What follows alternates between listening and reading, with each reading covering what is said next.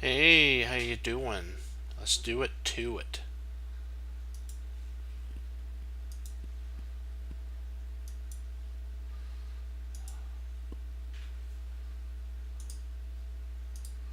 I'm gonna do this game first with Simon Williams, Grandmaster Simon Williams. That's white. This opponent is black. Alright, let me get a sip of soda.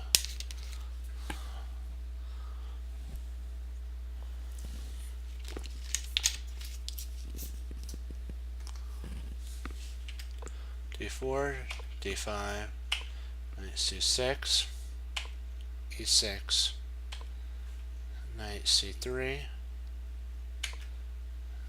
knight F6, knight F3, and bishop E2.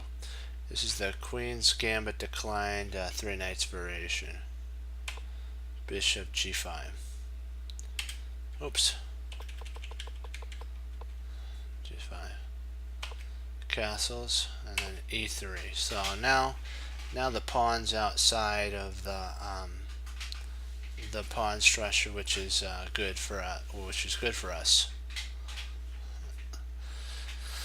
So we should be able to win this pretty easily now. H6, bishop F4, B6, G.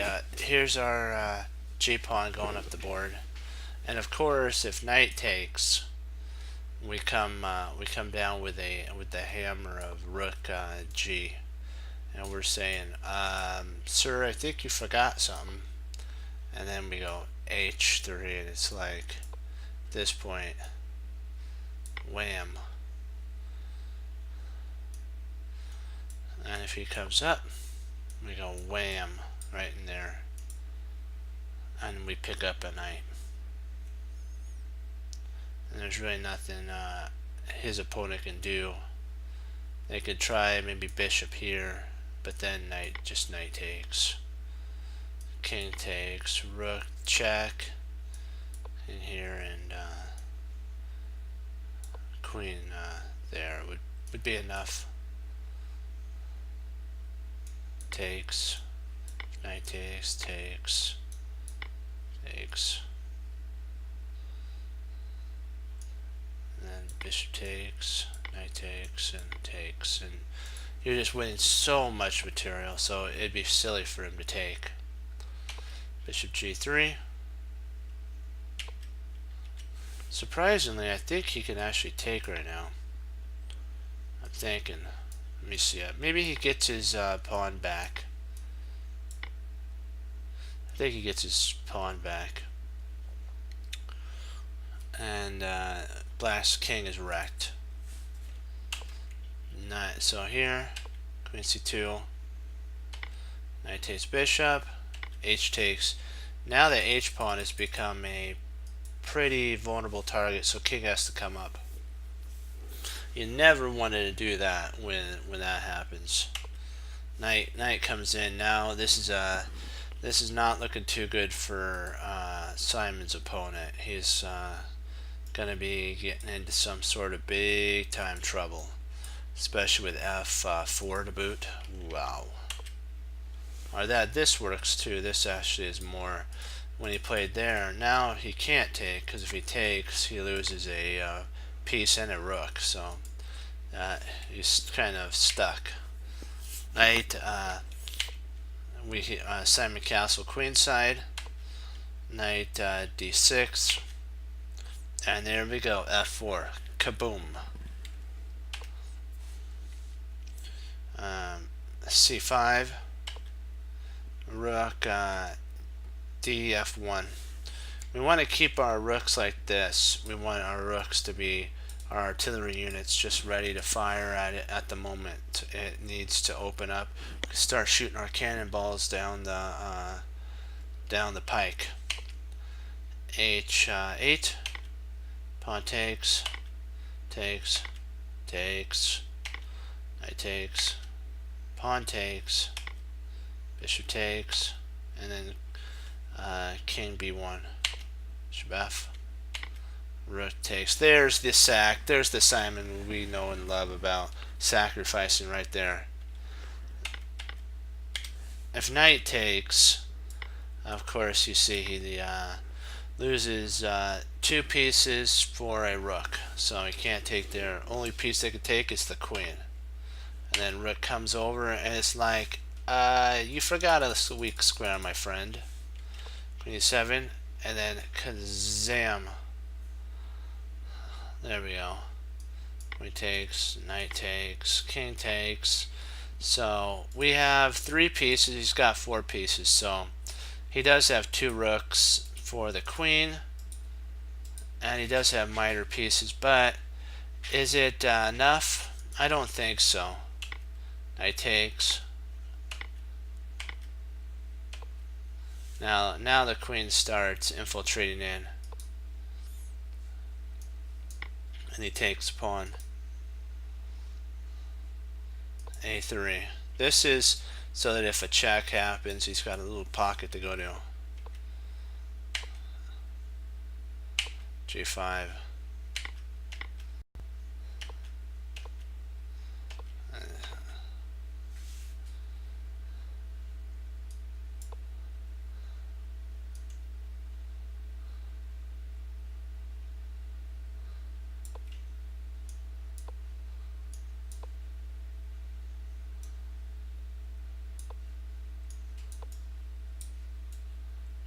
There we go. So he'd actually have to try to stay on light squares.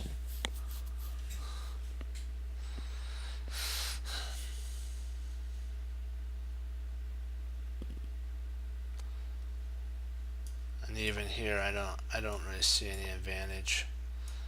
And we have this locked down. And if he tries here,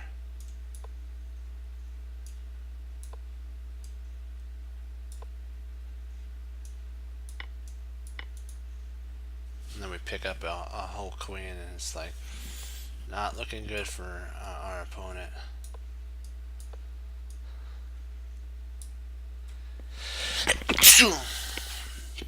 Excuse me. We're trying to see if we can't maybe we just win a pawn there, just pick up a pawn.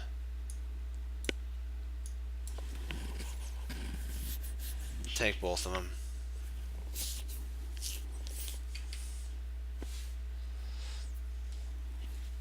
So we're up material.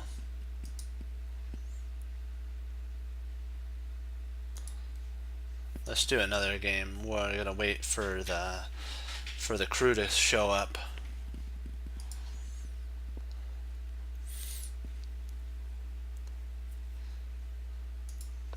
D4. This is one that Simon won too. I think it's against the same person, isn't it? Nope, a different person. Knight F.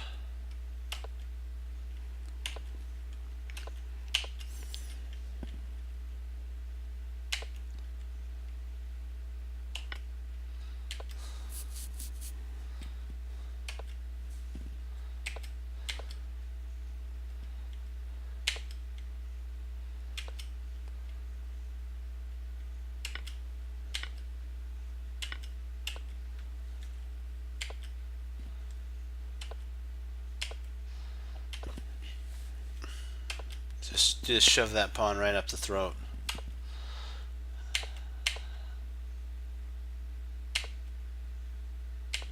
Knight D2.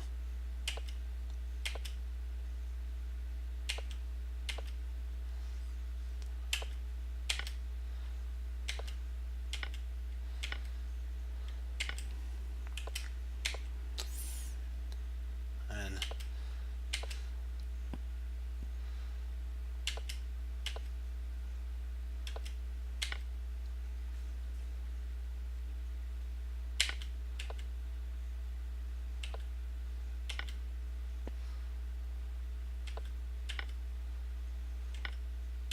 queens. It's like this is a heaven sent game.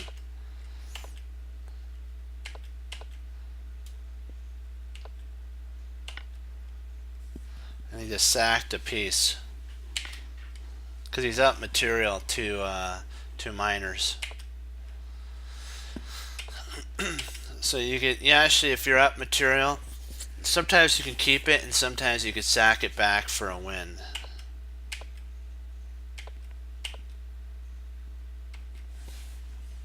And now if he comes here,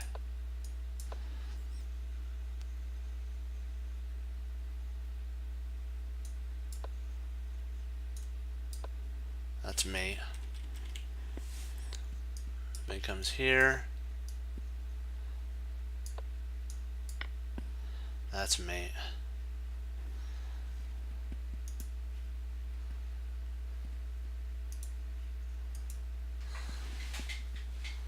Is everybody ready? Oh, gotta check real quick. Hold on. I'll put out the call.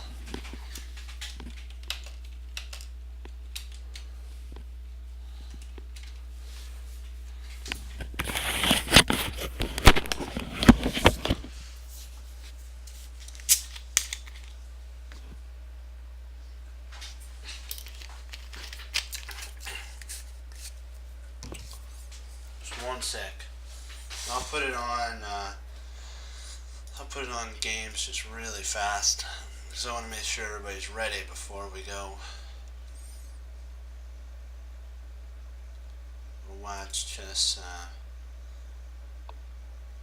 Chess TV is always fun. Well, let's be right back.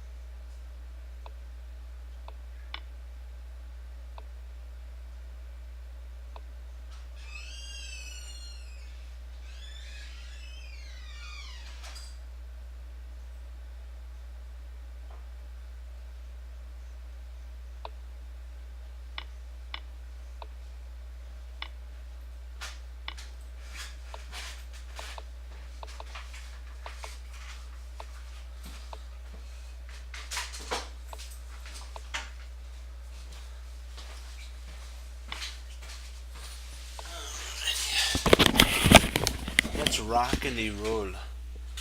Okay, let's take this. Let's do it to it.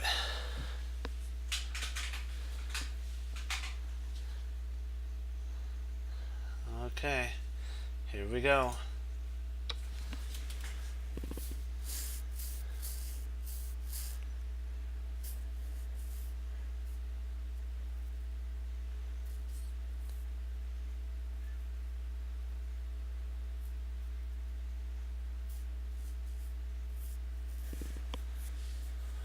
Okay, let's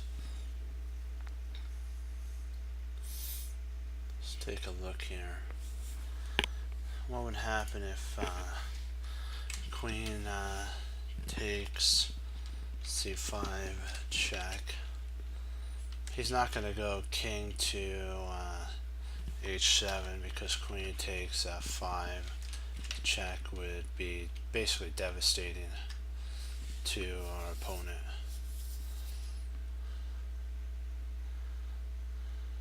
Because then we can actually at that point get the bishop involved. So queen takes d5. I don't know where I got c5. It's d5. d5 check. That's funny. King f8. And now potentially we have bishop c4 maybe. Bishop c4 battery.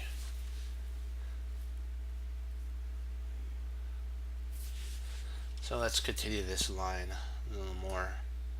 I was just taking a look at it.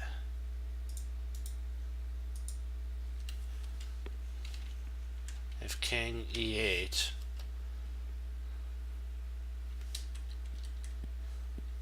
yeah, I'm thinking that's a good move. So, but now we have to decide: do we want My other idea is bishop c4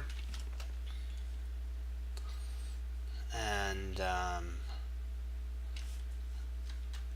if king e8, we have rook e1 check.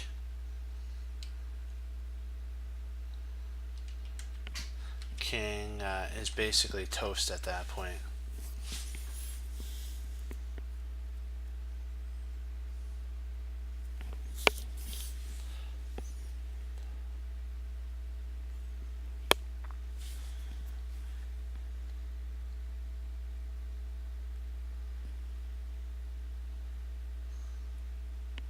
I'll keep the checks. Oh, okay.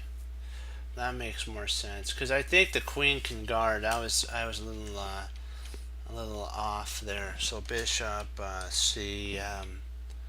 c4, queen can go to c7. Okay, that makes sense. Queen c7.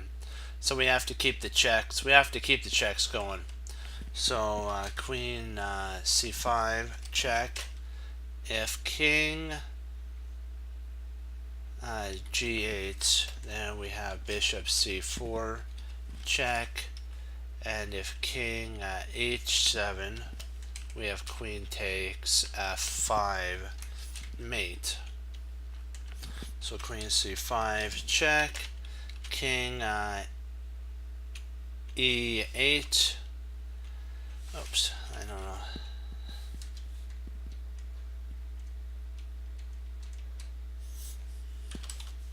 Oh, that's I have a moderator on there, so just to make sure that yeah, just to make sure that trolls don't cause any hectic on the stream, and yeah. Let's see, bishop b5 check.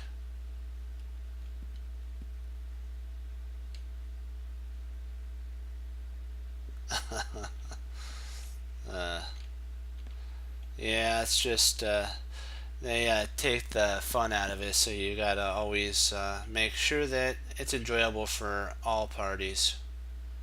Okay, I'm taking that. I think this like right here is a good check. Oh, he comes up. Oh, I thought he was gonna move over. Yikesies. That's even worse. I think c4 works now. Well, no, actually it doesn't. He can actually come to g6. Okay. Oh, we got. Oh, what am I thinking? I think we have bishop. Do we have bishop h5 there? Let me see. Bishop h5. King g8. Let's see then. Queen d5 check. No, I think he'd be able to go back to f8. Ugh. Boy, this is a gotta make sure. Yeah. Well, it's all based on you know, learning. That's the whole point about chess. Let's see. I think we have to, if I'm not mistaken, actually go that way.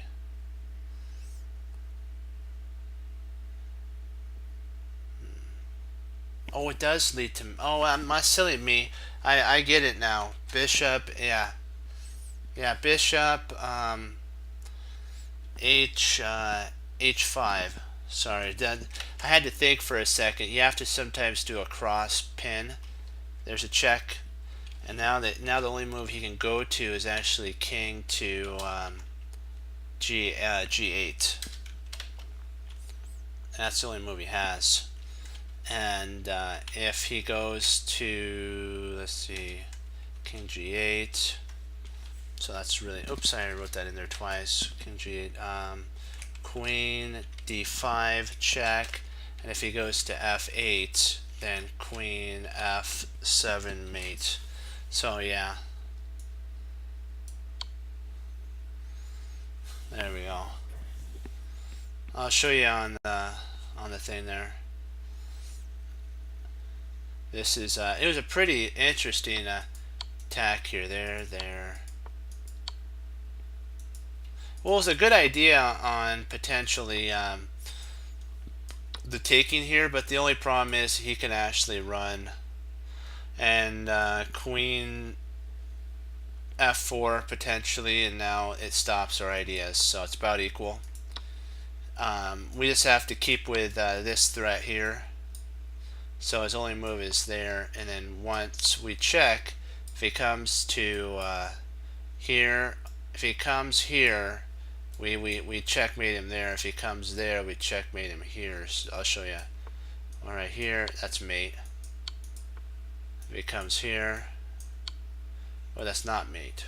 I thought it was mate. Oh, g8. Okay, I missed then. What did I miss the mate on this one?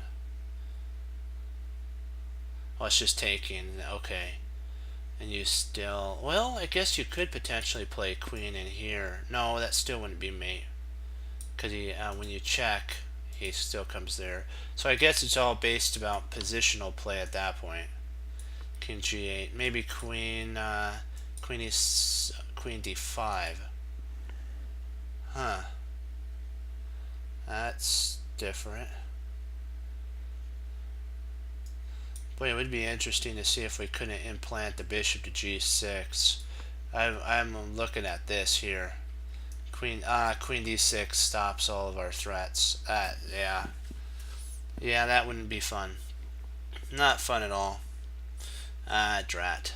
Now we still have rook. We still have a rook attack, but queen c6 would be a pain in the drain. We still don't really have anything. Let me see here. Maybe we can play rook there. That we might be able to get something going here, but I think rook f8, and he may be able to hold at this point. Yeah, it's not anything that anything we want to really go down. Okay, drat. No mate after that. I thought there was a mate after that one. More positional play after that.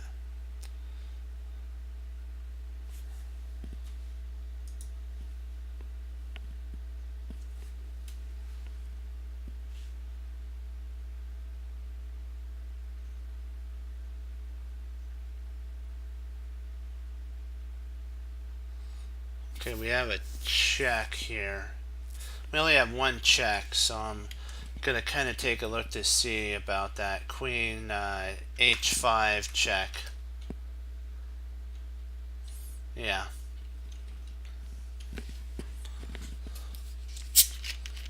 Hold on.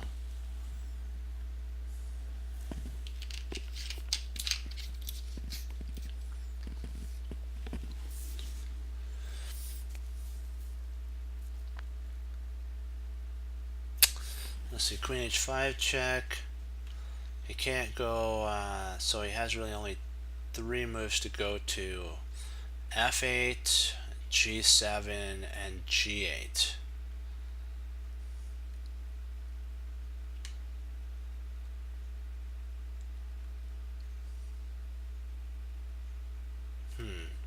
Still, that's an idea. Let's see here.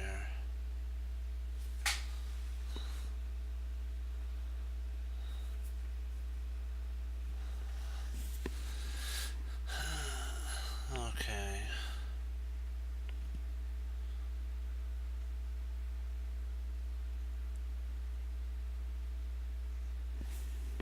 That, well, yeah, you could do that. But I think it would come down to more perpetual.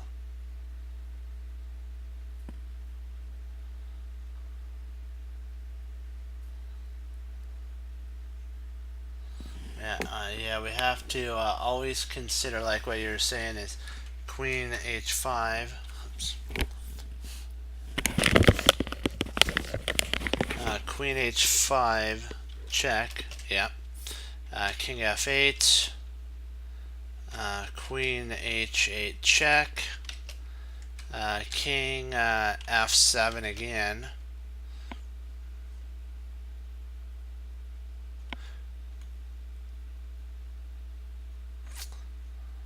trying to see, do we have anything that we can poke any attack at our opponent at? Oh yeah, we are down. Well, we have 2 rooks and a bishop. So we are actually, I think, up a pawn. I think we're up 1 pawn. Let's see. We have 9 plus 5. That's 14 plus 9, 20. So we have 23 on piece count plus 3, so 26. We have 10, 19, 20, 21, 22, 23, 24. Yeah, we're about, I think we're equal. No, we're up by 1. Had to do a piece count real quick. Calculation.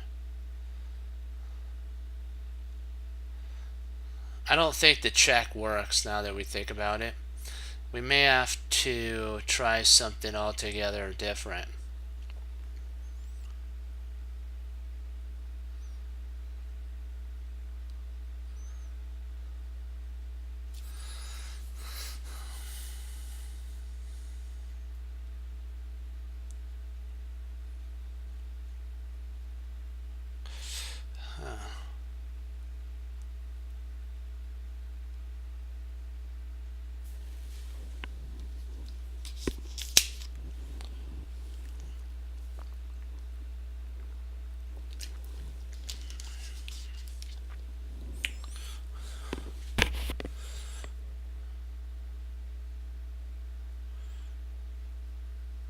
We may be able to get our rooks involved. Maybe we could do a rover. Queen h5 check. King f8. Maybe we could do rook e4. Rook e4. And then maybe try to double.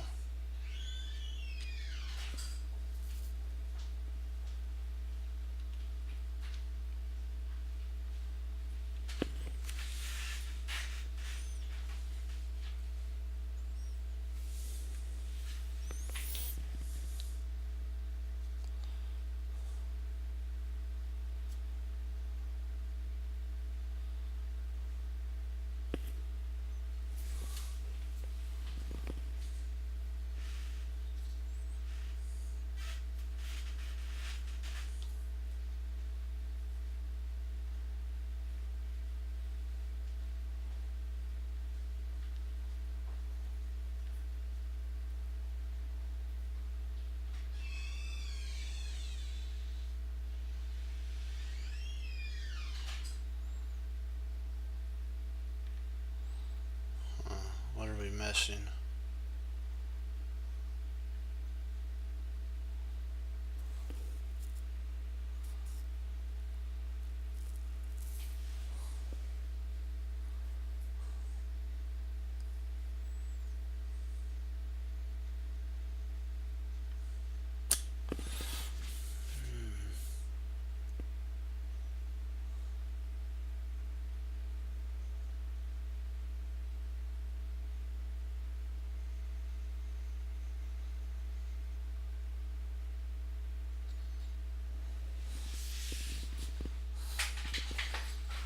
One second.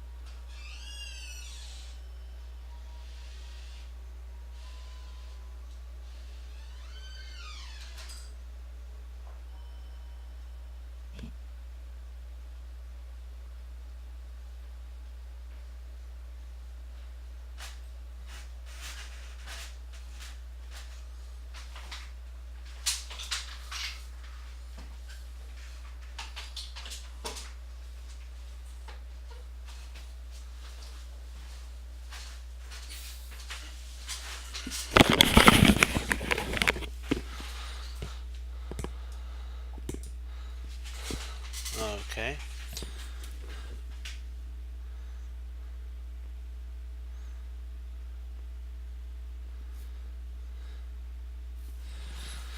We knew for sure it was h5 because that's the only move that causes damage to the king. What am I missing here?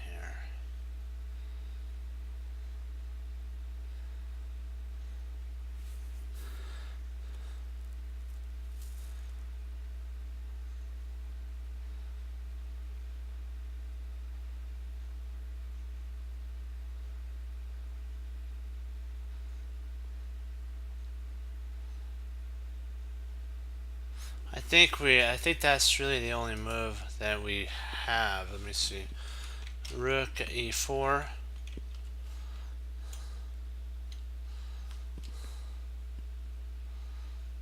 Let me see. Could he block anything at that point? He might try. Let me see. Rook e4. Let me see. Let me take a.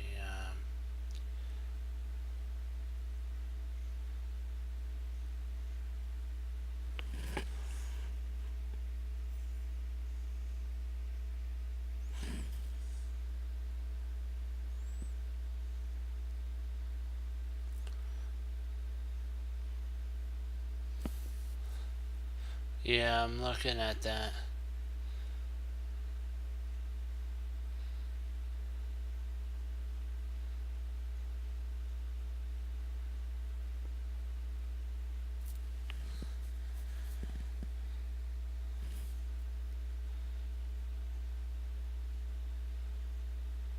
Just trying to see. He can't go knight to, so I'm always going to put that in there. So e4, I'm just putting that down for right now. Let's see if we go rook e4. He can't go. He could put. No, he can't go f4 because we'll just take it. When rook takes f4, knight takes f4 would be we just take the rook. I mean the knight. Let me see here. If he tries to run, Yuri has it. We have actually bishop c5, and that just causes him a lot of pain and misery. So he's not going to try to run. He might try rook f8. Yeah. Hey Frank, how you doing? Yeah, I'm thinking okay, so that's his move. Wow. That's a horrendous move.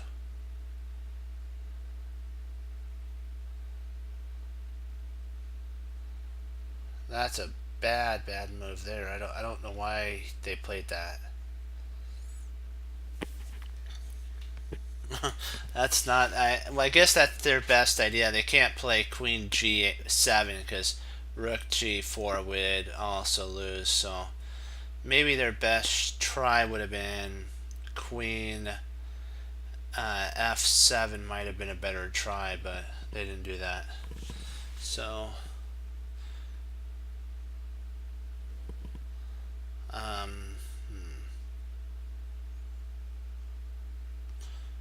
do we want to play Queen? Do we want to play Rook E8? There's a couple moves that we can do. We still have the Rook check. So we have two Rook checks. Rook E8 check or Rook G4 check. So we have to take a look at these type of setups. Let's see, if we played Rook G4 check, he has King F8. Oh, you think he's going to play there? Oh, he might play that, yeah. Yeah, that might be a problem there, problematic.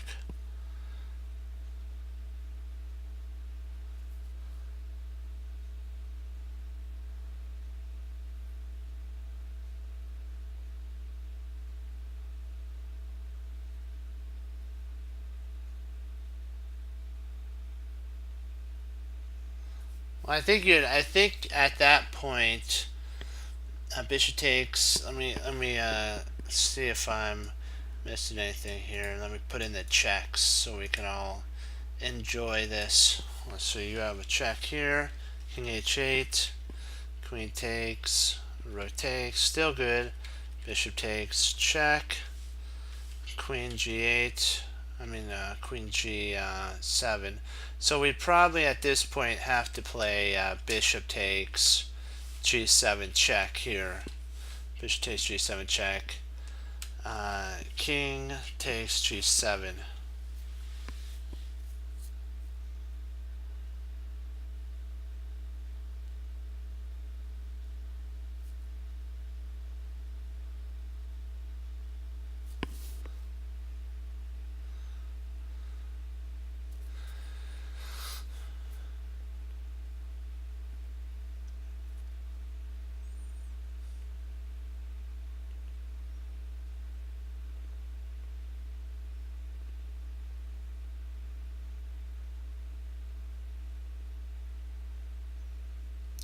We may have rook e8 check.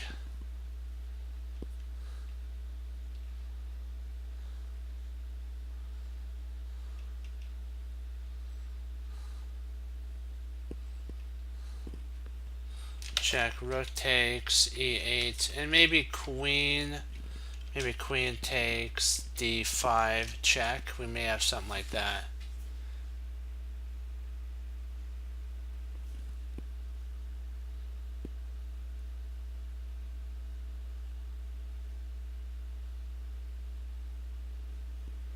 But I see the bishop would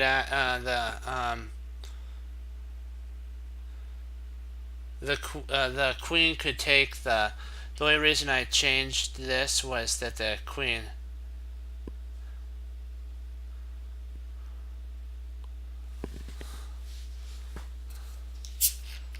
the only reason I changed that was that the queen would actually take the bishop on f6, and I don't know if we have anything after that.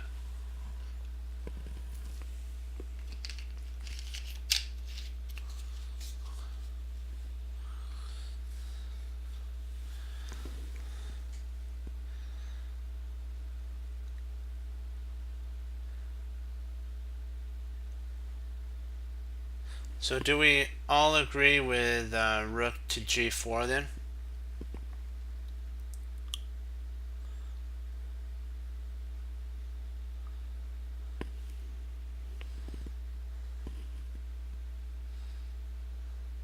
We just got to make sure, because rook g4, check, king h8,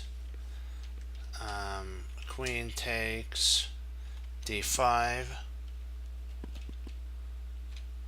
rook takes d5, bishop takes f6, queen g7. If rook, oh yeah, I guess we could take after that, couldn't we? Oh yeah, I forgot the rook's on g4, isn't it? Yeah, wow, that does change a lot of stuff. Let me see. What would we would only be down. Would we be actually up material in that line?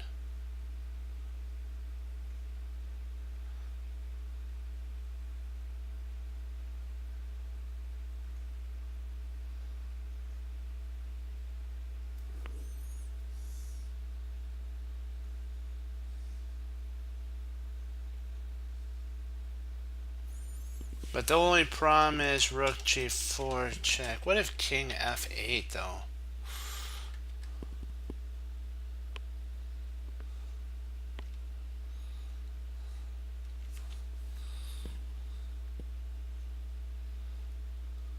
Oh, okay.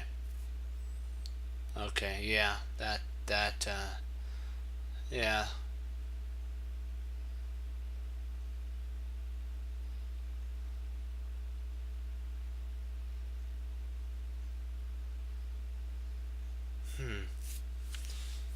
Okay, let's go with it.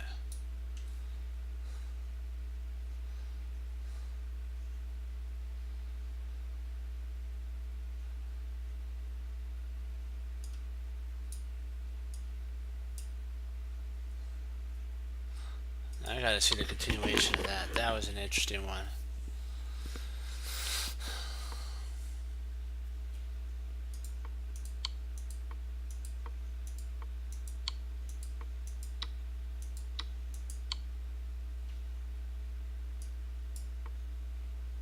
I think rook takes is best, yeah.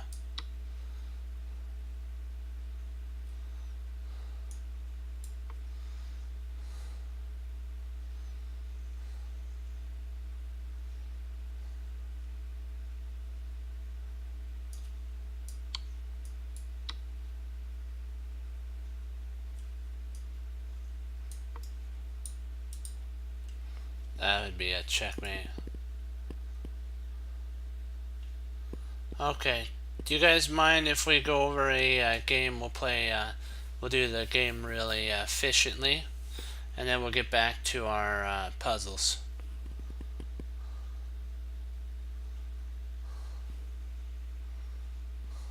There we go.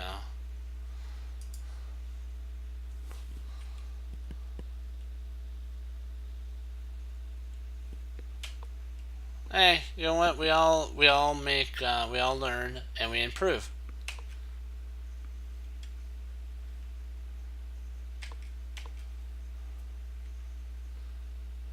Oops, you're there we go.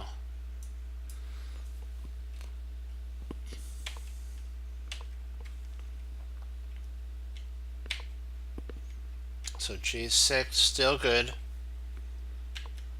Castles, not still good.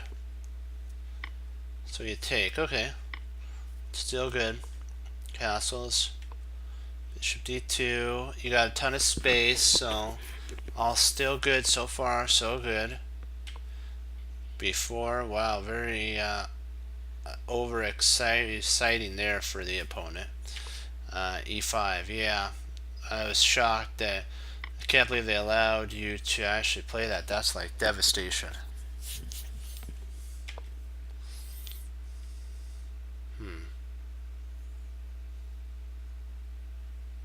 So rookie, black has rookie 8.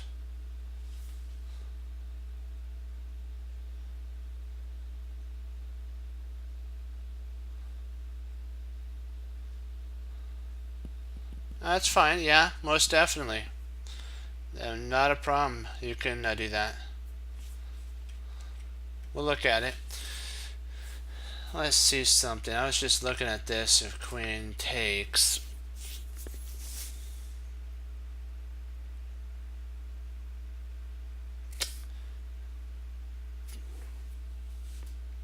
this is a really nice move here. Thinking if takes here, we take there. Oh, he doesn't have check, so he'd have to basically retreat back here, and we come back.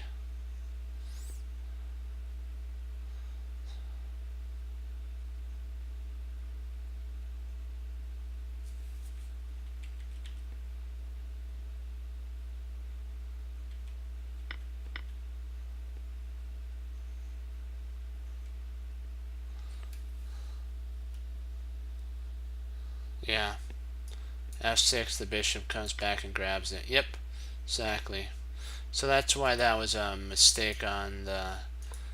He would have to basically retreat back via that way. Or he could retreat maybe here, but then we would just trade off. We'd be up a whole rook. So that's an idea of knight e4 is a really nice idea too. No, he doesn't. No, he doesn't have to take. He doesn't have to take the knight. He could take with the pawn. I see what you're saying. He could actually take with the pawn. So.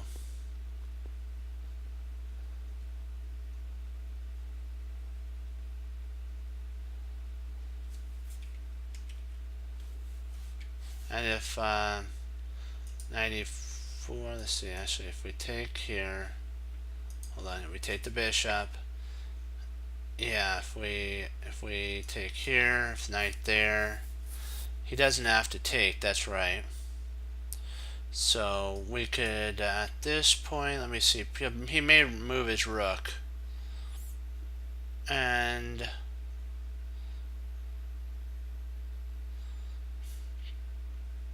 do we want to trade off our knight for the bishop and then basically go into setup similar to kind of this, that he'd have to play here and then we can start chopping down on his pawns potentially.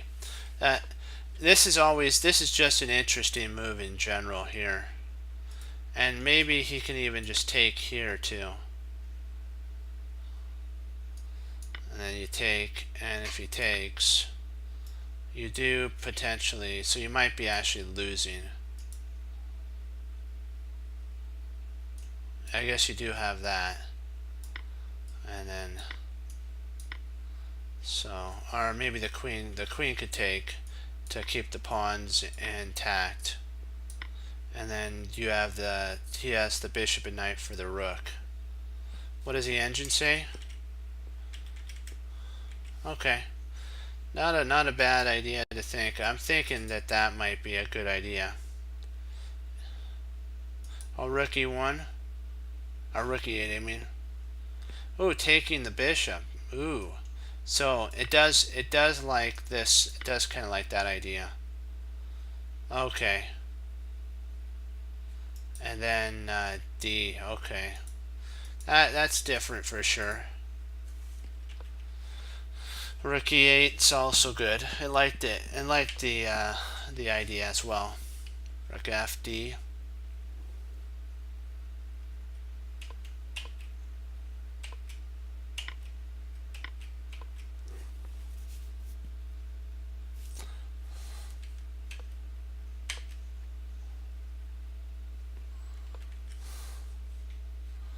Surprised you didn't take there. I think the reason is because of f5. That wins a piece. So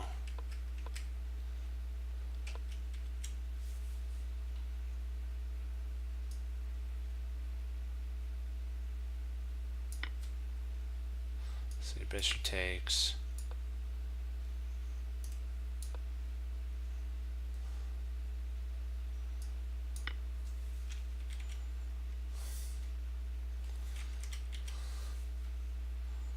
I think you could have actually taken at this point.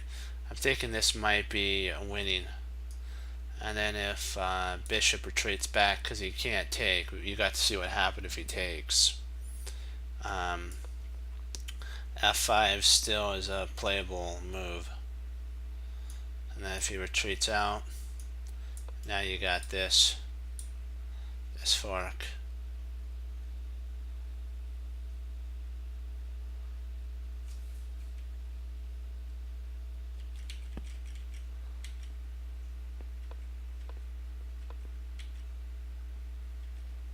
Well, I was thinking that this is a better idea because f5 is, I don't really think, I think he maybe could play knight g5, but still you walk right into that mess. So this forking idea is a pain in the drain. Yeah, you've played there. Oh, it is? Okay.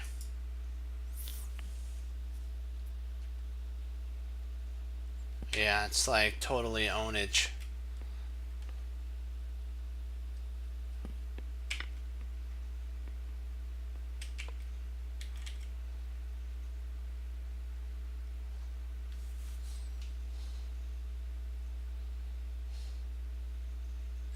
Still thinking, could we still implement that line? I think we still can, and then you have here.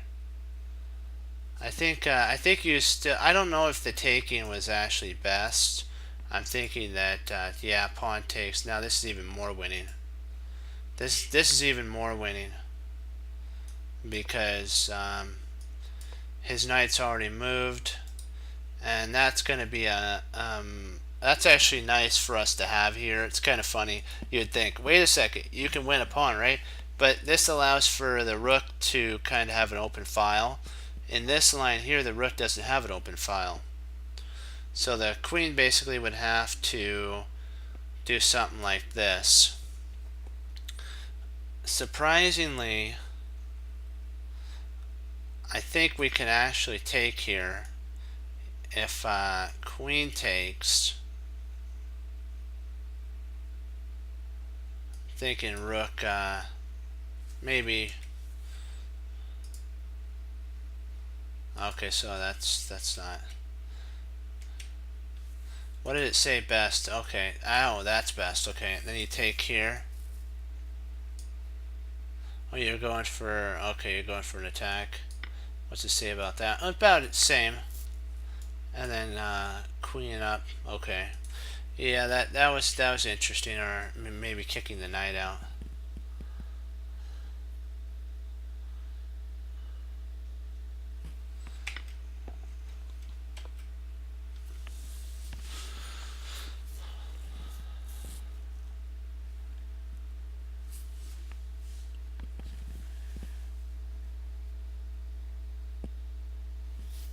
Oh yeah, this is a really strong move.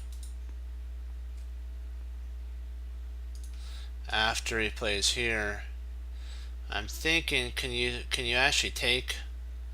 I'm thinking you could take here at that point.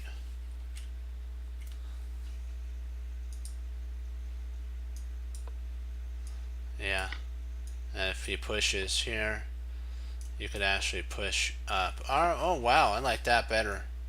This is even more nice. And then we just retreat back. Yeah.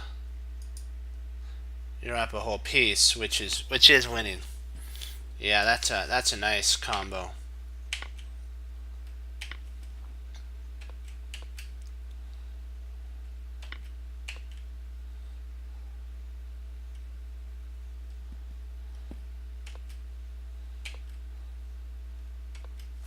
Hey, you spotted it, so now you can use it in your later games. And that's the whole thing. Yeah, you need to learn from your mistakes so that when you play next time, you'll spot that move if it's there. So don't ever think of it as, an embarrassing moment. Just think of it as a way to improve. Rook F1.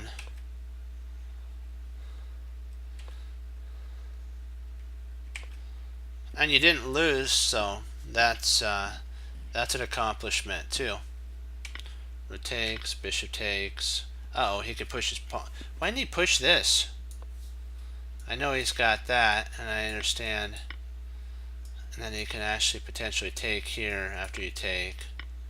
And I think he's winning, isn't he? Isn't your opponent winning at this point? Or maybe it's perpetual. Is it perpetual?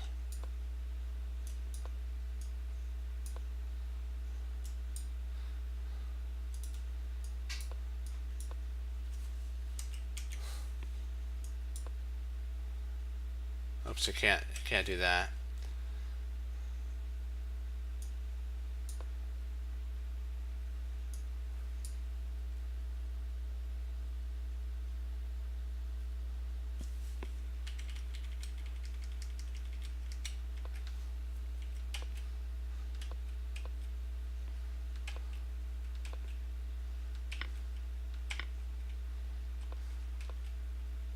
Nice work. That's good.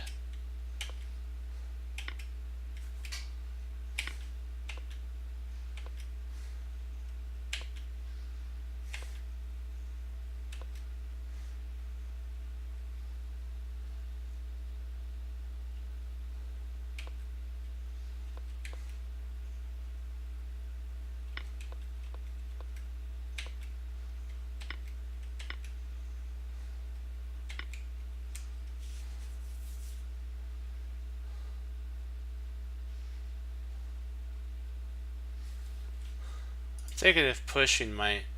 So it takes there, okay. Oh yeah, you're up a piece. You're up a pawn, that's right.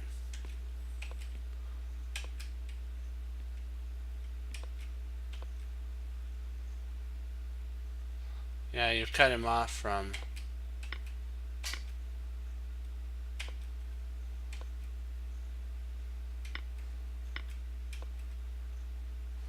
Oh, ouch.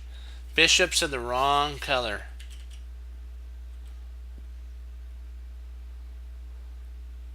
Oh yeah, that isn't fun.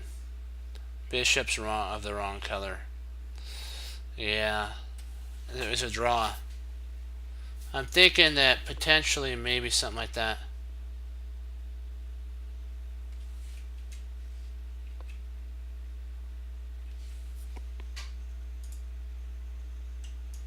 I think this is actually a good move here.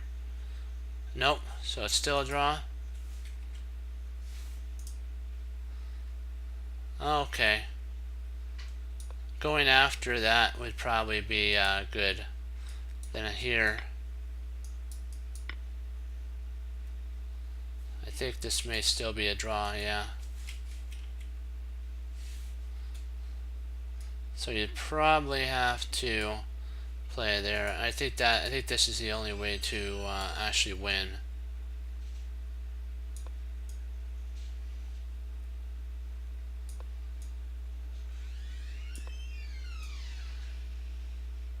Yeah, this is a tough one. That's a draw, so it's bishop e1. I just want to see what they're saying. Yeah, pushing. Oh, you just move the king over.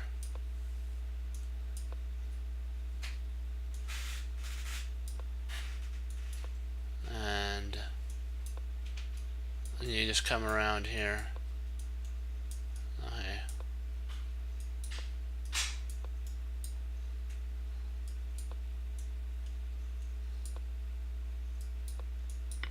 Ah, okay. Yeah, it's a tough one. You just gotta remember.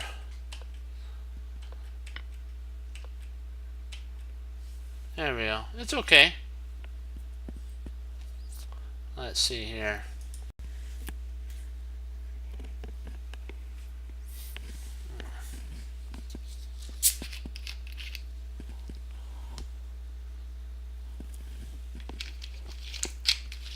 Okay, dokie.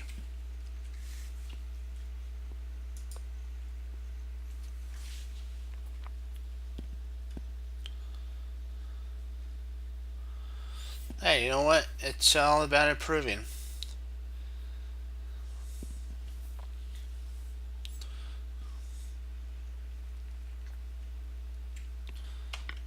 So he takes. So good so far. Oops. Are you white? You must be white.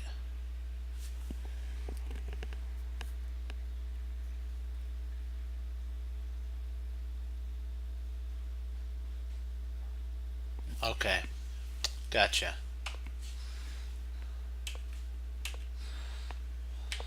Okay, still good so far.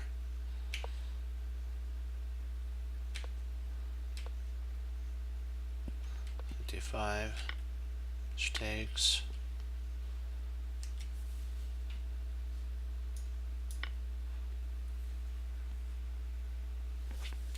I understand why he has to take with a queen. He's got to cover that. That makes sense.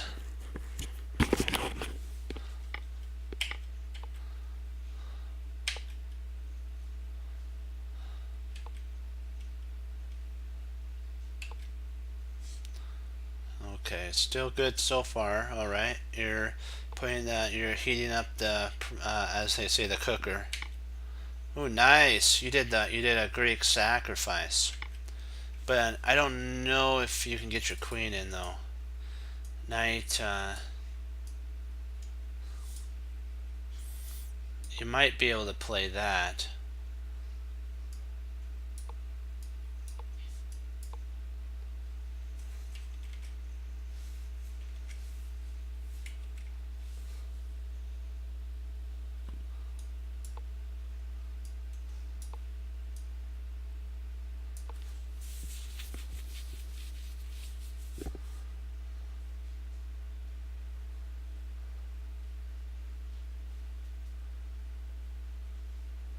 I'm trying to see if I can't get the Greek gift to work here.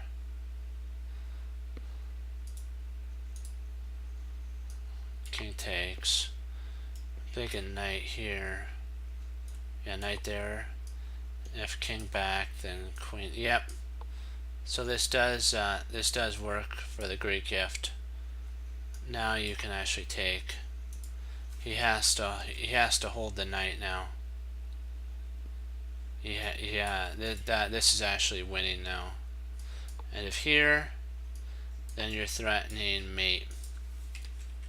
And if rook there, you're still threatening checkmate. And if king runs,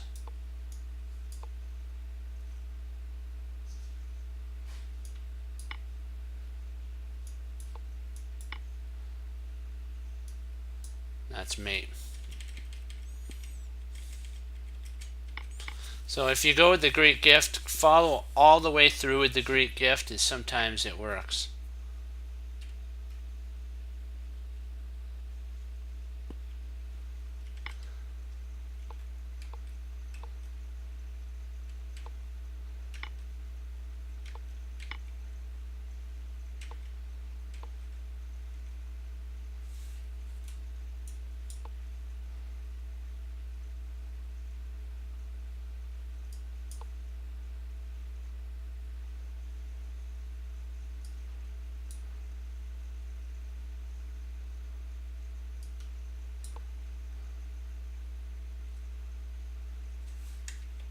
Or potentially you might have a rook left that could potentially come over too.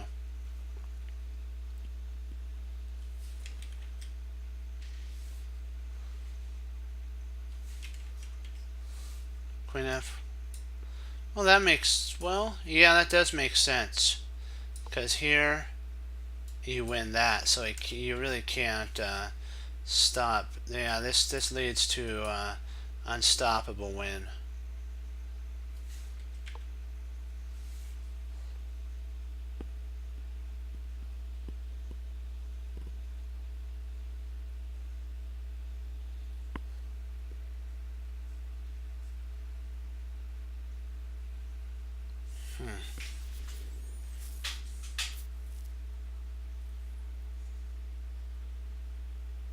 I'm thinking, do you retreat your knight back?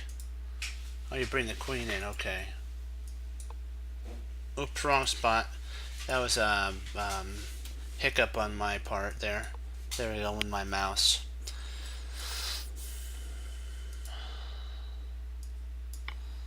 Okay, so you take, and then he has to go back here. And do we now bring the rook lift up? Let's see. Nope. Okay, we're gonna go for more of a knockout. So there is mate there. Let's see, what can the engine do? It's got to push. So then we play here. Then rook has to block then, right? Yep. And we could check at this point. Let's see if that checks the best. Yep. So a good check so far. He blocks. Okay. And then we take. Okay. Then you're up bunches and bunches of material.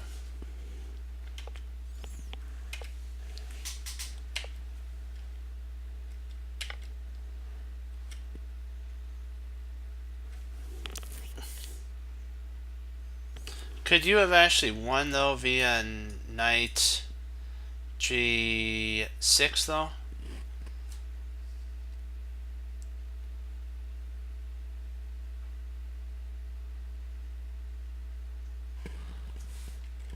I don't think that wins. No, that doesn't win. Let's see. Oh, okay, rook to guard the pawn, then in. Okay, rook here and then in wins. Okay, gotcha.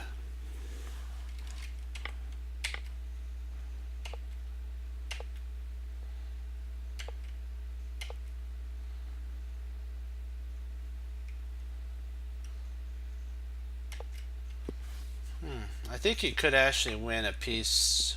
No, he can't win a piece. He's got to move back. Or can he move it? Can he win a...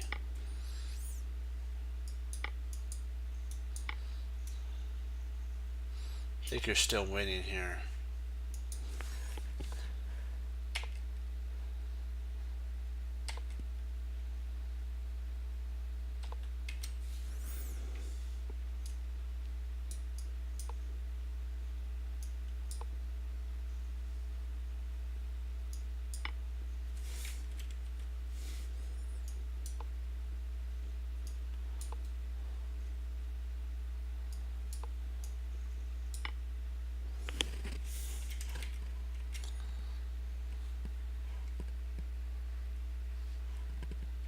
Surprisingly, this was a slight inaccurate move.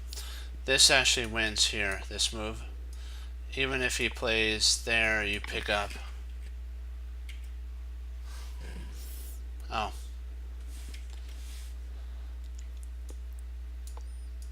And here, there. Yeah, surprisingly, 3 move mate. Okay, here.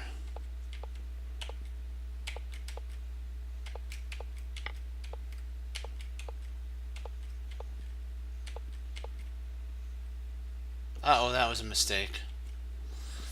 Probably queen there. Our bishop, rook, d1. Then you'd have to hold via there. Then you can win there. And now you're threatening mainly this here.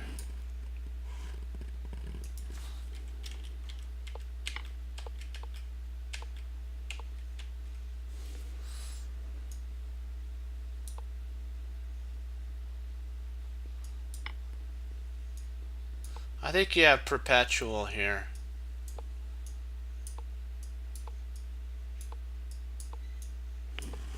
You have perpetual.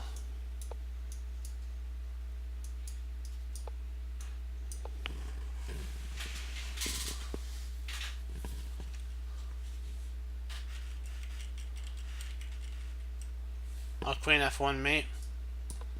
Oh yeah. That's mate. Yep. Good game though. That was a lot of good tactics, I gotta say. A lot of good tactics. That's the only problem when you deal with 3-minute games though. When you get into time problems, you panic sets in.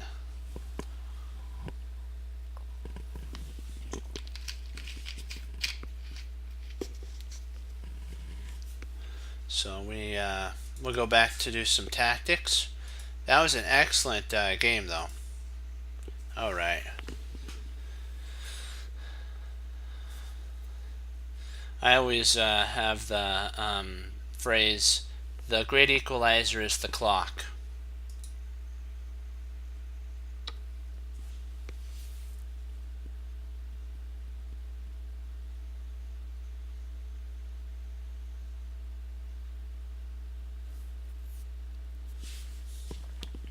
I think it was during the Blitz championship, Blitz Kings or whatever it was, when Nakamura was facing Duda.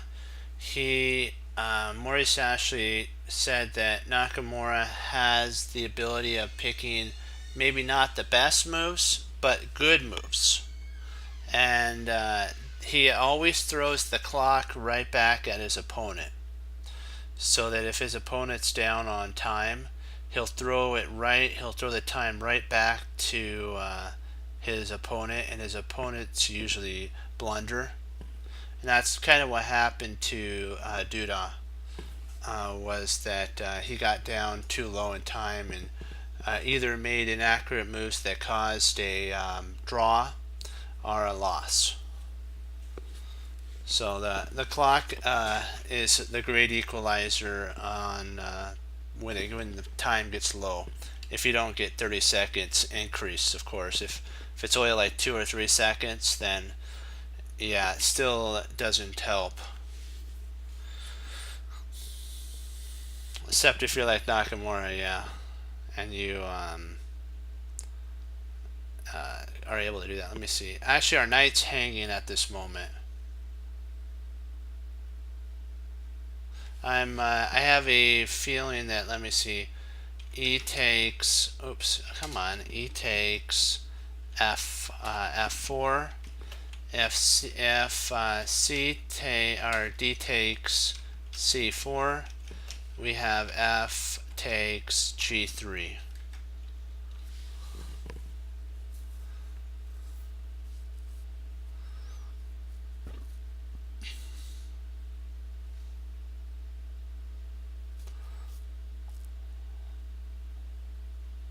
Oh, okay.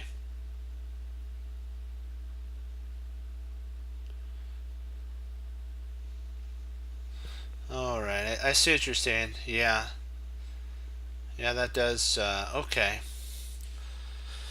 So bishop takes f3, queen takes f3, pawn takes f4.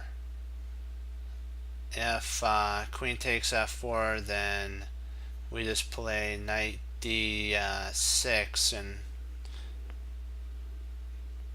I think we're up a piece in that line. So bishop takes f3, queen takes f3, e takes f4, queen takes f4, and then knight d6, I believe. d6, yeah, d6.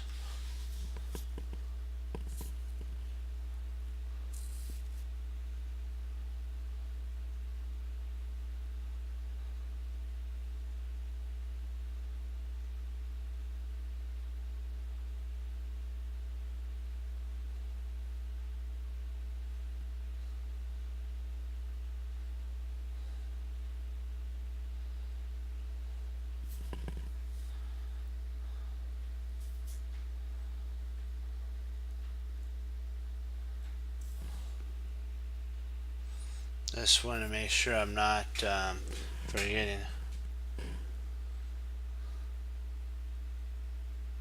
Well, if he goes bishop c1, he loses his queen. I think if he goes, if we go bishop takes f3, yeah. So, oh, wrong, drat.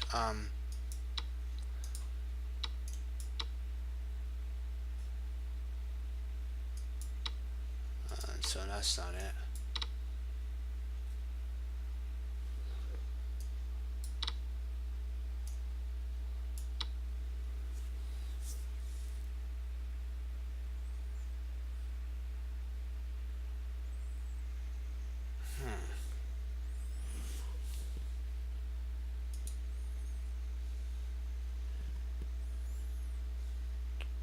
That's puzzling.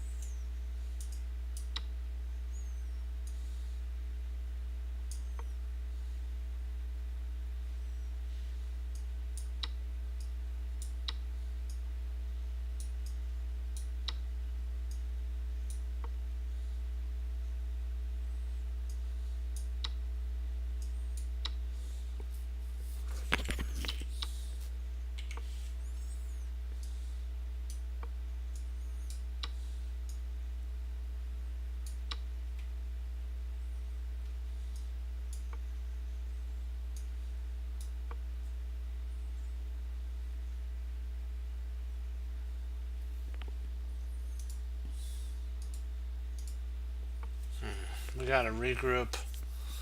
can't let that happen again. We can't have another 8. That wasn't too splendid of a... we have to hang on there. We gotta keep working. Maybe we'll get it.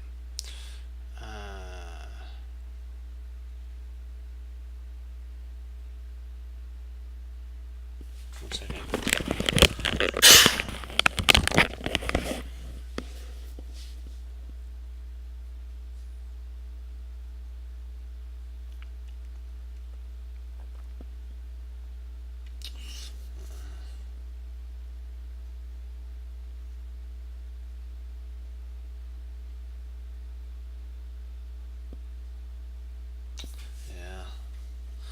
Let's calculate this out. Knight takes knight d4.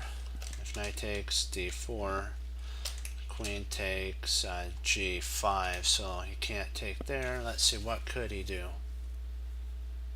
He could take the queen, but if he takes the queen, we have an in-between move.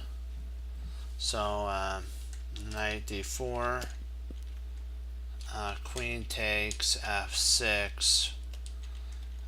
Knight takes e2, check, king, h1, and g takes f3 or f6.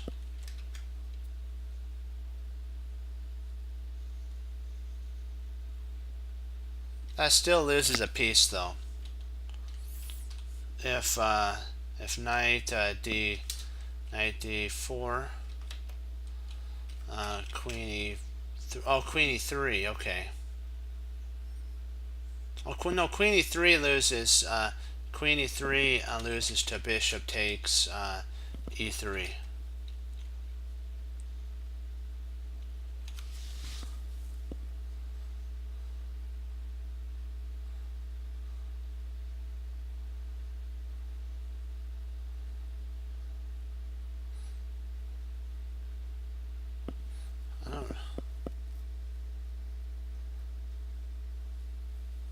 Oh, gotcha.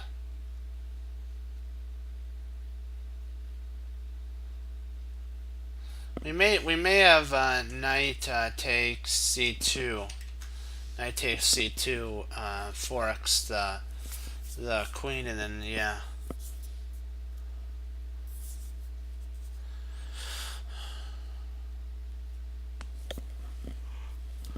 Let me see here.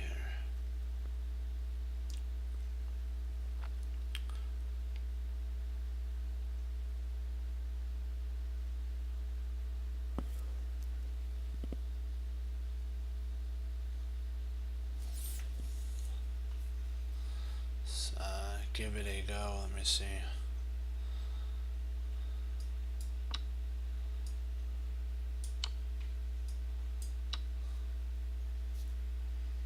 There we go.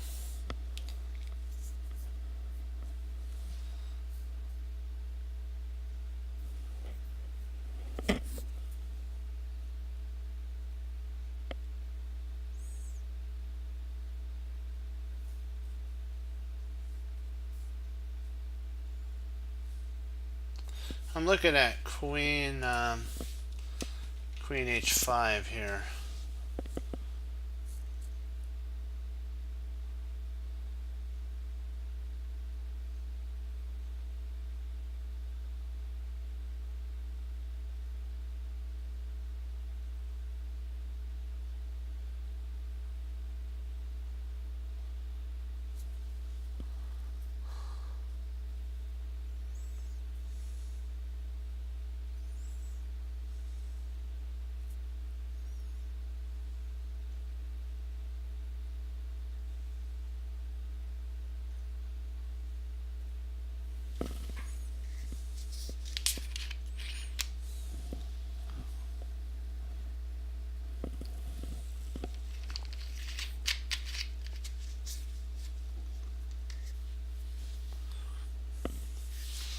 We'll be right back.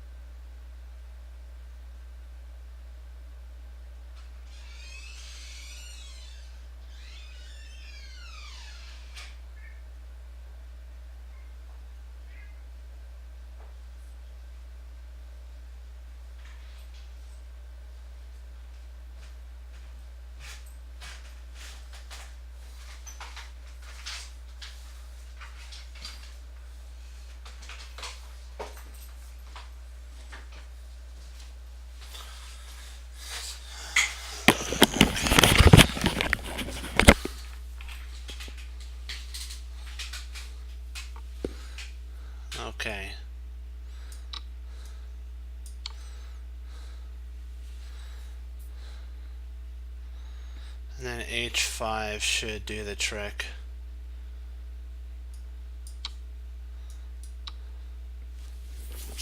I was going to check one thing because I thought about it. I thought about what you guys were saying. Wanted to see why wasn't this right. Ah, Queen E8. That covers that. Okay. This covers here now if he takes. Here. Alright. Okay, that makes sense.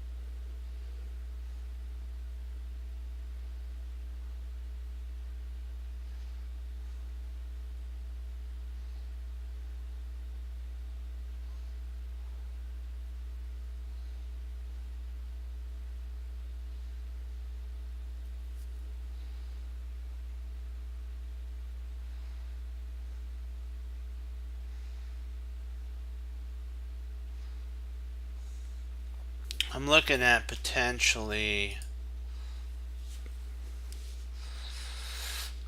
B3, but I'm not sure about that.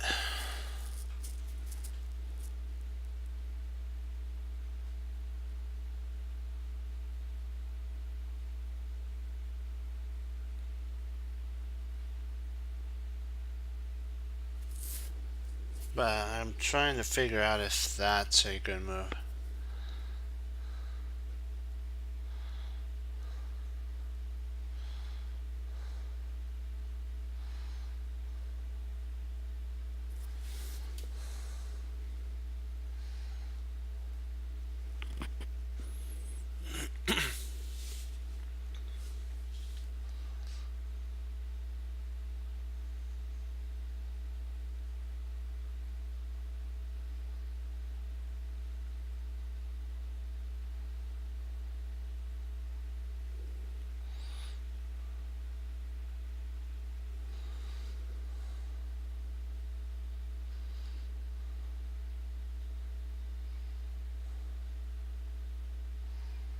Let's see about knight C4, check, king takes.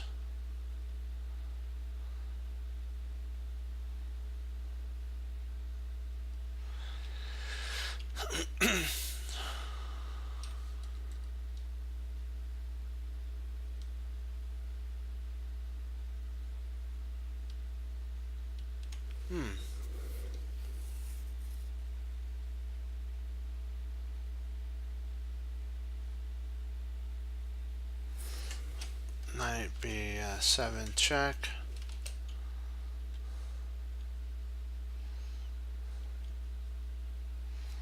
King B4.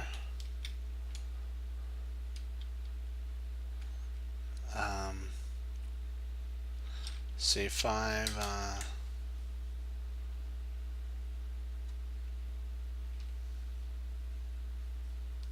C3 check.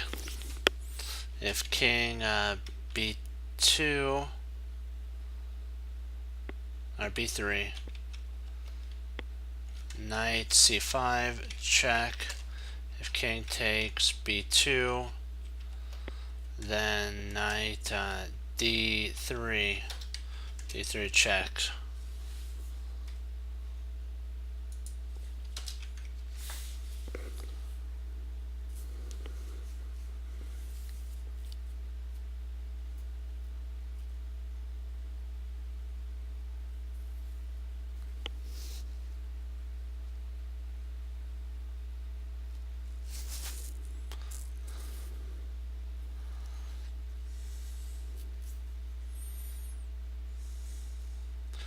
See, knight b7, king b4, c3, king b2, knight c5, king c2. Oh, I see what you're saying, yeah.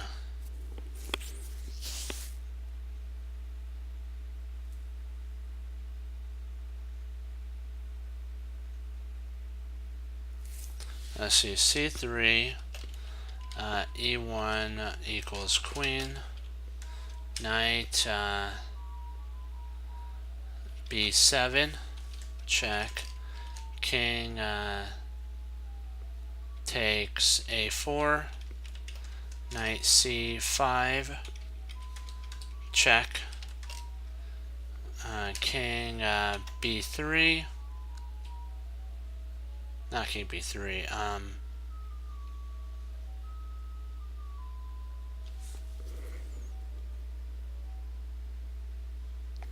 maybe it is king b3.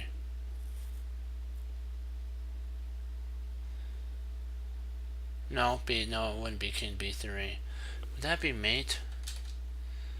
I'm trying to figure this out. Let's see, c3, if e1 equals queen, knight b5, king takes a5, knight c5. He does have king b5. Okay, that's the thing. I knew I missed something here.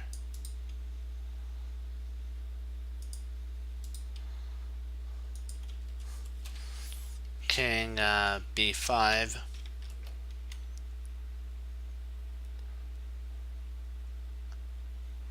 And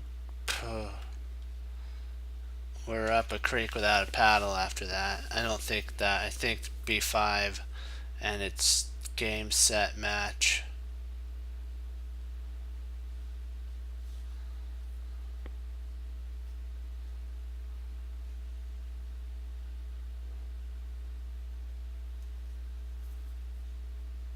I don't think he'll play queen. I think he'll just go king to b5.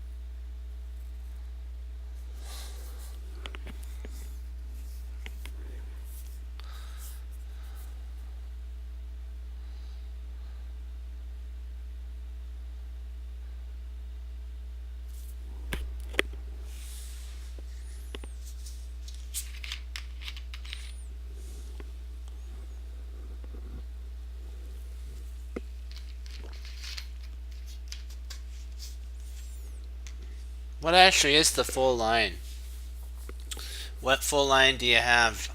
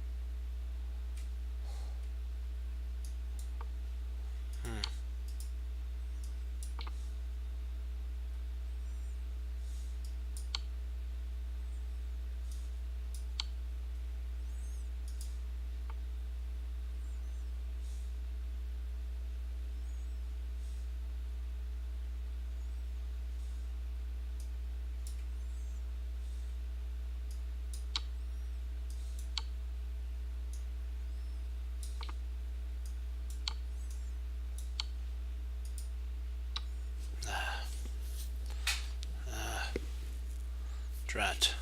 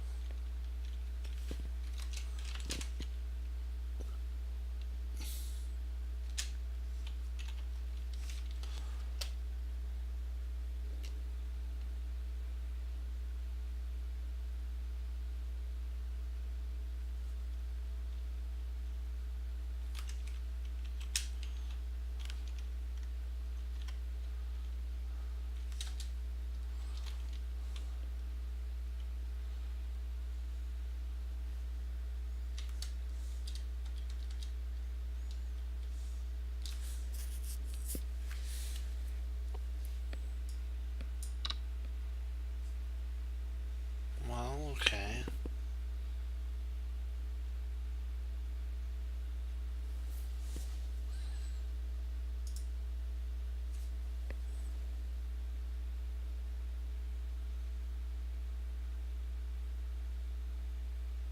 Oh, I think we got it.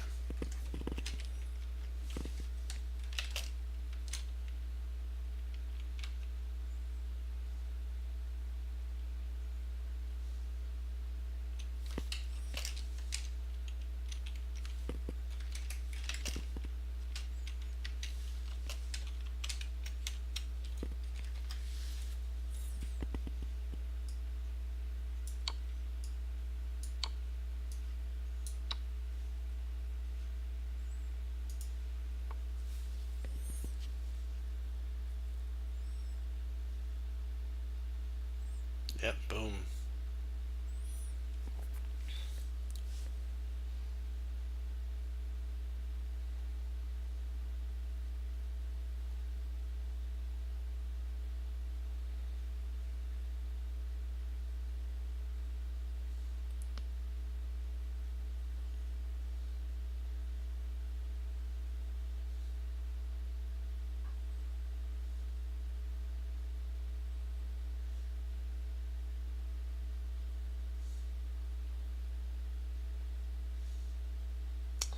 Let's see, knight e1, check if king h3, then queen g4 is mate. So knight e1, check, king f1,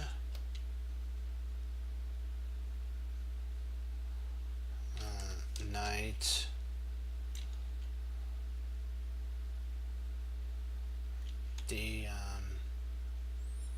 d3, check, king g2,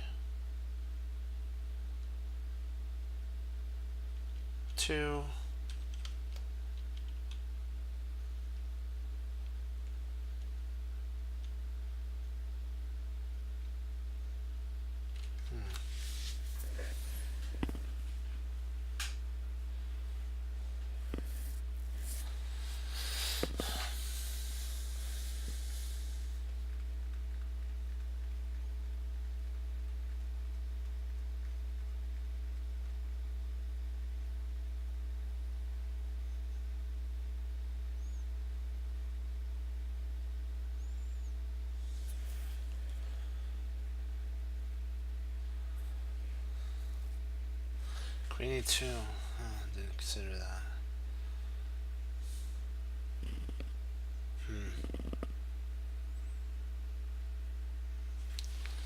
Interesting. So queen e2. Check. King g1. Check. So I know this is right. Oh, king. Okay, so I was king h3. Okay.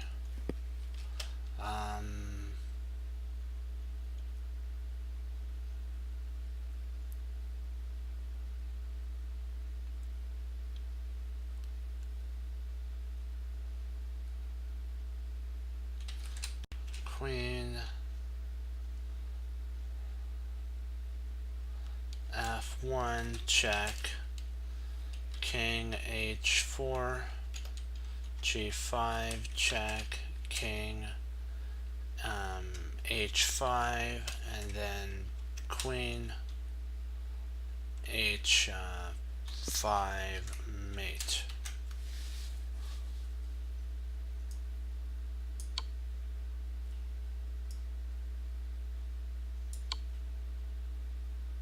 Or is it doesn't matter which. Oh no, we have to go. I apologize.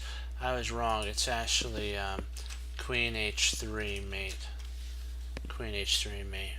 Because the other ones will allow g4 to block, and the mate's too slow. This is a faster mate right here.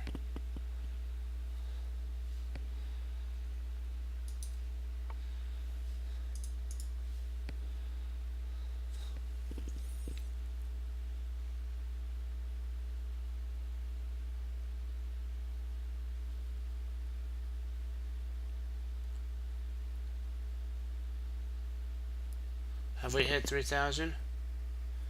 No. I wish we can hit 3,000. That'd be a very pleasant thing to have happen. Really nice.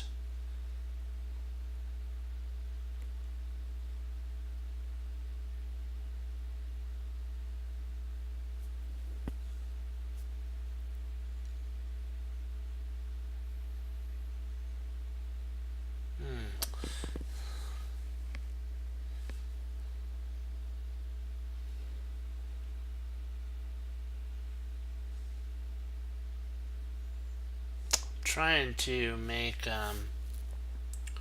queen h5 work, but I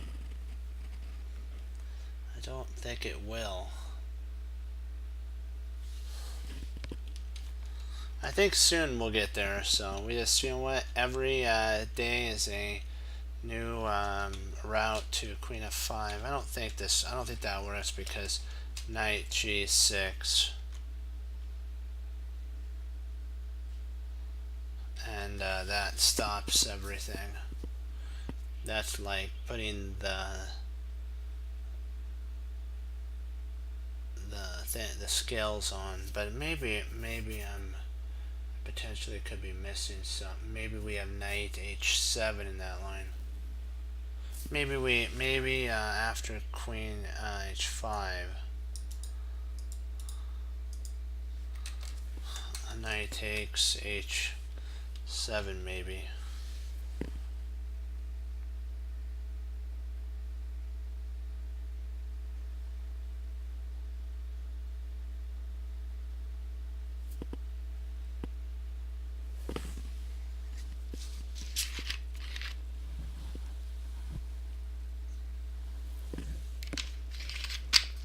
Ooh.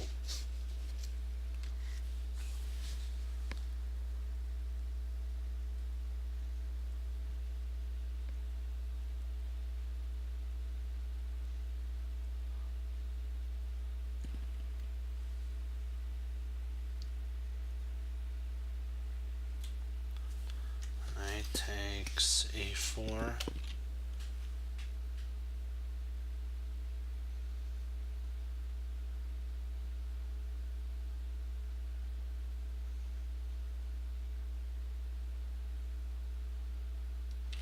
if knight takes d5, knight d6 is a double checkmate.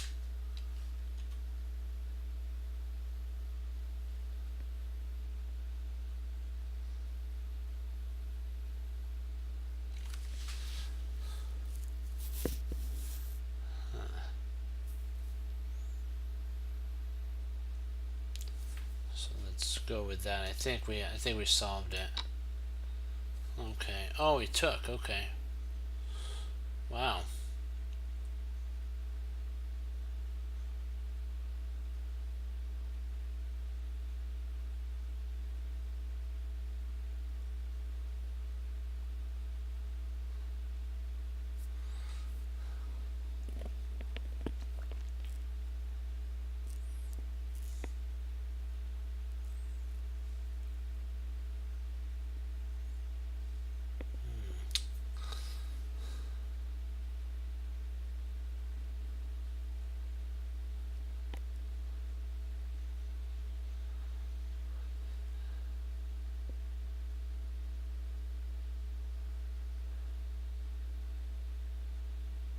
Well, let's see here. If we play Queen H5. Yeah, we're doing puzzles right now, so you're more than welcome to join the chess puzzles. Let's see here. Check. So if maybe I'm missing something. Yeah, H5. Yeah, okay, good. So I'm not missing anything. Good. So that's right so far. So good. Do we trap? No. Oh, we trapped. That's right. Why didn't I think of that? That's silly of me. Knight G6. Bishop G5. And if bishop E7, then bishop takes E7. Queen takes E7. And knight takes E7. King takes E7.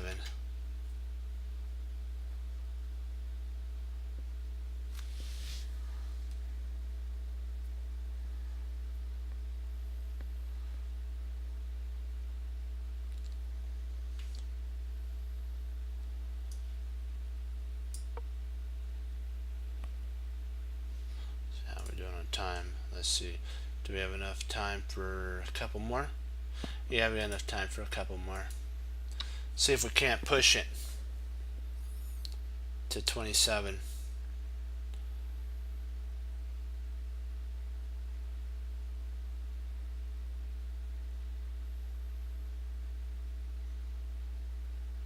Oh, the Dutch defense. Yeah, that's a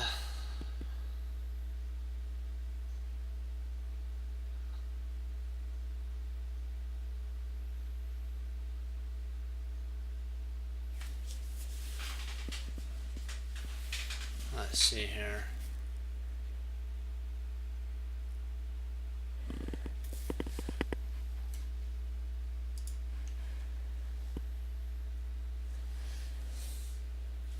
Queen takes G6. Rook takes F2.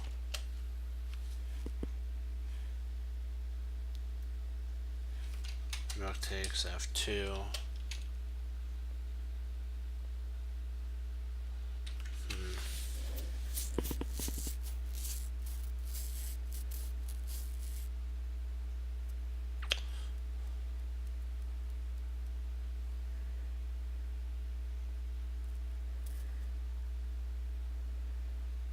Oh wow, yeah, that wouldn't be fun, would it?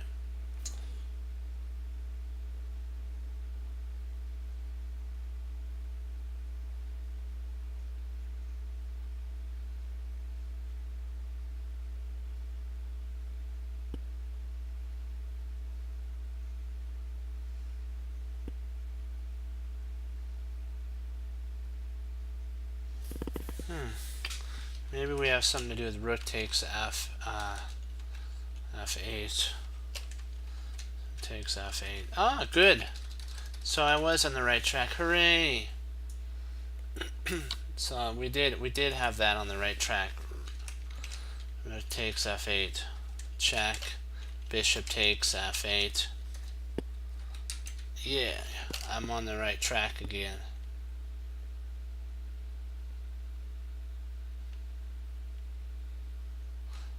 Yeah, I think queen takes g6.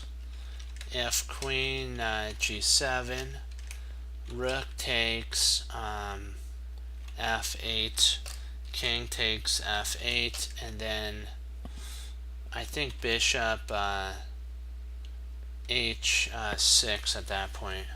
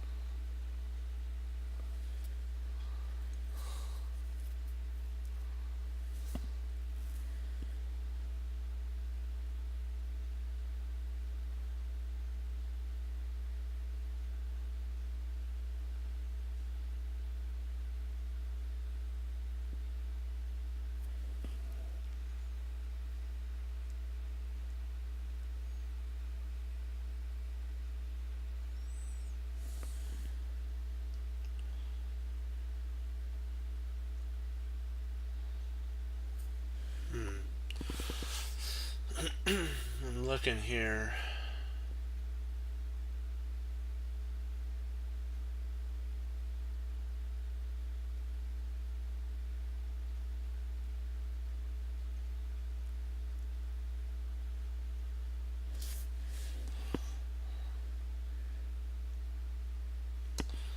Oh boy, I'm looking for every avenue of an attack that we have.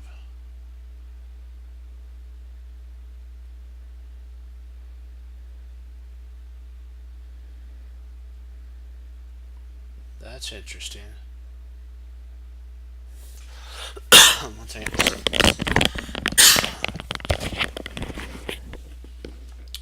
We'll do this one, and then I'll probably log for the night.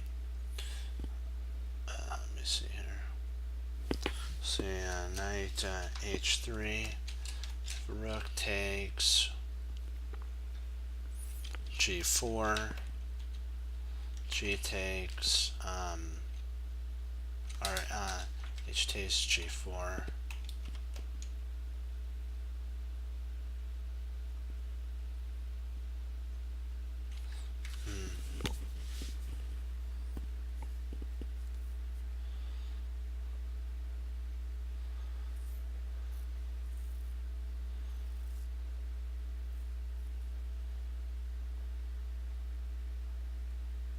Rook d2.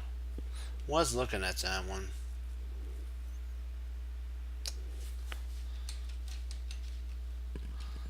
So rook d2.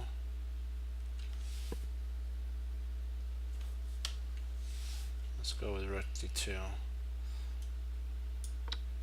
And then that's what I thought might happen.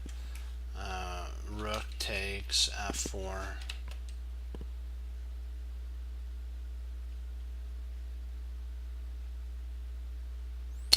I'm trying to visualize what next.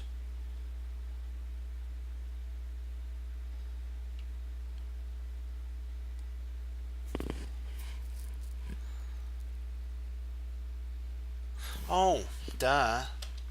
Rook takes f4. And queen takes f4. And queen g2. Silly me. That wins on the spot.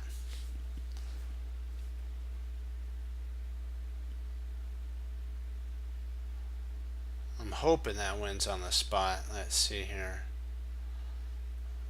Does he have to actually take? He could stay along the... But no, that would be mate if he didn't take. Rook takes f4, queen takes f4, queen g2 is mate. I have to put the mate symbol in there so that we know it's mate.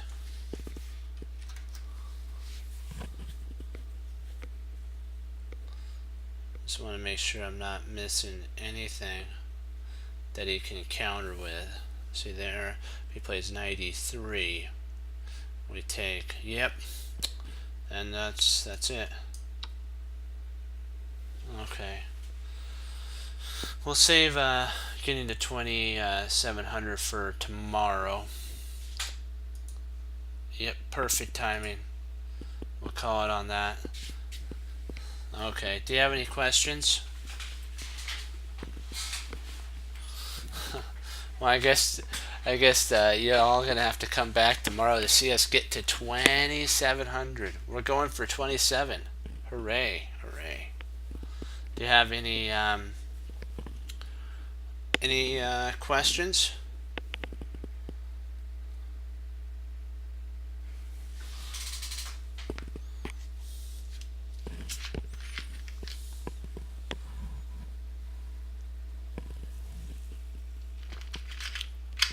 I'll show you the mate while so that the audience, while they're watching, because I'll have to post this on I post this on YouTube, and so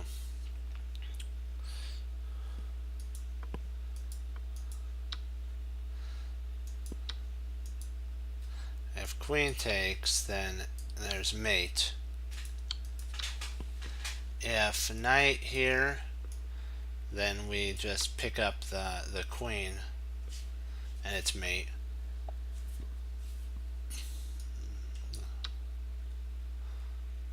Queen e4.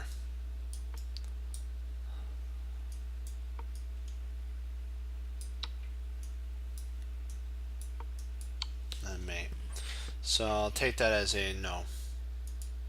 Okay, I wanted to thank you all for logging on. And if you want to log on tomorrow and watch us get to 2700, stay tuned for that. But this got a little tired tonight, so I rather than push it, and because I'm not fresh right now, I'm gonna probably just call it a little early. This is what Bruce Lee says: I fear not the man who has practiced 10,000 kicks once. 10,000 kicks once, yeah. But I fear the man who has practiced one kick 10,000 times. So, if you know he wasn't afraid of somebody who knew 10,000 different kicks, because you know what, you didn't make a lot of mistakes so that you can learn. So all you did is do one kick and then you moved on to the next thing. But by practicing one kick 10,000 times, you'll be able to master that kick. And then we can say what E. Nightingale talked about, which is we become what we think about. So if you think about doubtful things, that you can't do this or you can't do that, what'll happen is we naturally as humans would make it come to pass. Like, let's say you're studying for a test and you say, I'm not going to remember the information that I learned. That's not a good thing to think about, because what'll happen is for some reason our mind won't actually assimilate the information that we read, because it already has a predetermined outcome that it's going to basically not consume it. So it's like, why even try that? That's the kind of, our minds are kind of like that. So you have to put down the doubting voices. It happens. Those are real voices. They're as the chess players would say, the demons in your mind. Yeah. So you have to remember to put those things down. And and it's one of those things that you have to say, you know what, I'm not going to listen to that voice.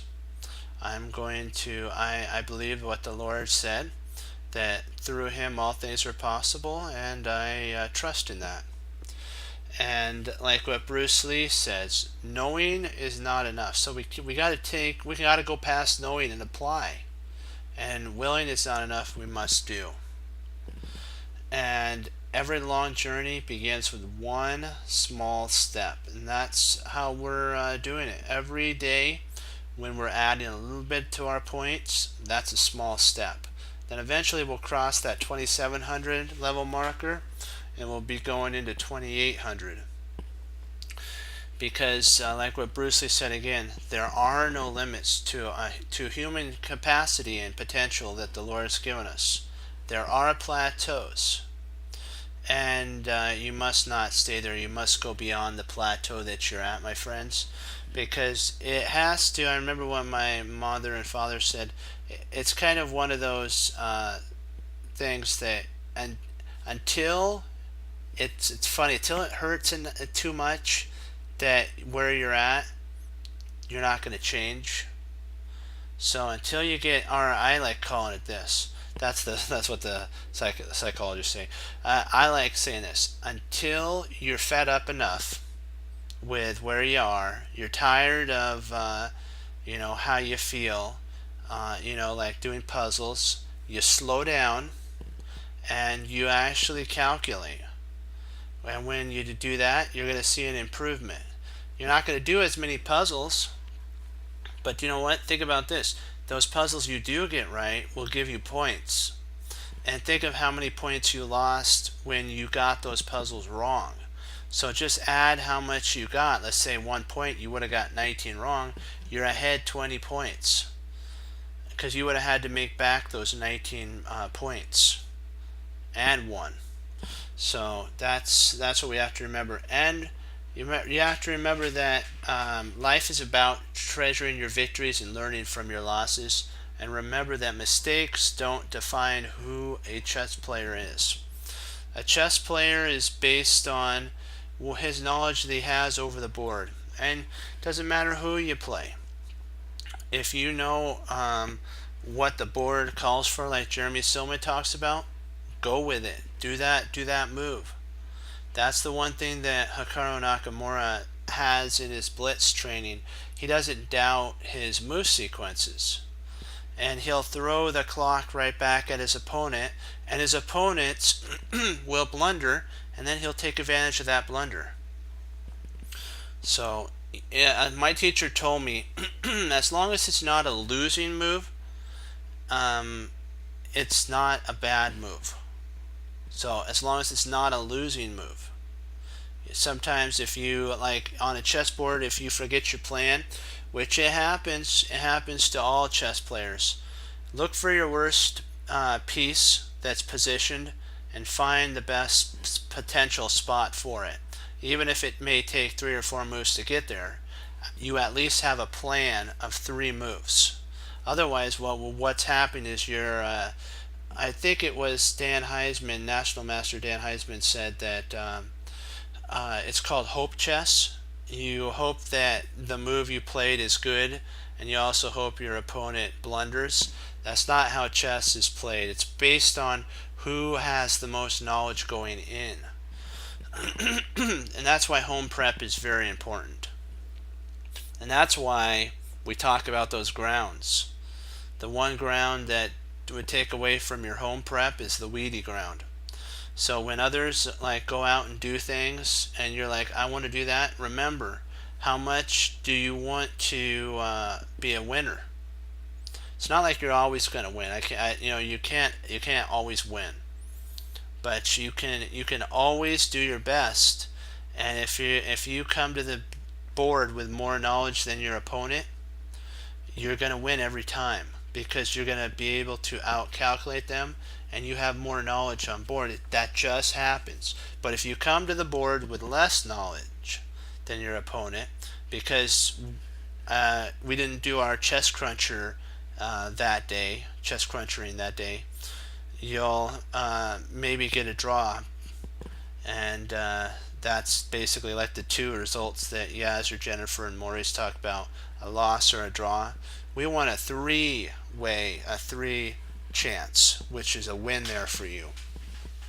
So you may have to tell your friends, like Tigger. What's a Tigger?